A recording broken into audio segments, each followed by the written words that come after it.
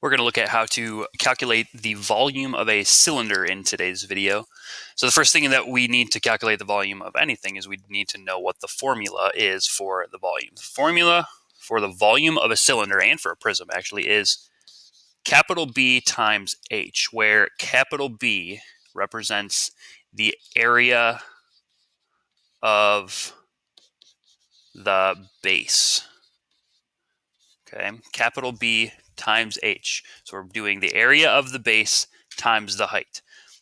Okay, so in this case with the cylinder, the bases are two circles.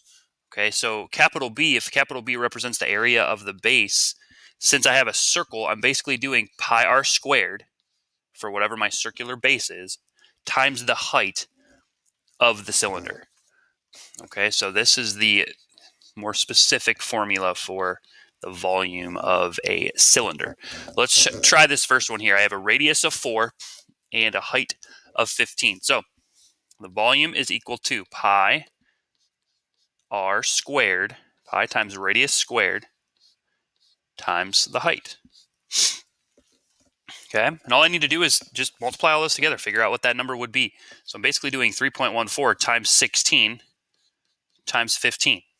And that's going to give me a final answer of 753.6 centimeters cubed, cubic centimeters. And that's my final answer. That's the volume of this particular cylinder here. Okay, and what that means is that if I had a bunch of 1 by 1 by 1 cube or 1 centimeter cubes, if I had a bunch of little 1 centimeter cubes, I could fit a little less than 754 of them inside this cylinder. Okay, that's what that means when you calculate the volume. That's what you're trying to figure out, is how many cubic units you can fit inside your three-dimensional object. Let's try the next one. The one thing we have to make sure that we catch here is 12 centimeters is the diameter of this base. I do not want the diameter. I want radius. Okay, the area of the base in this case is pi r squared.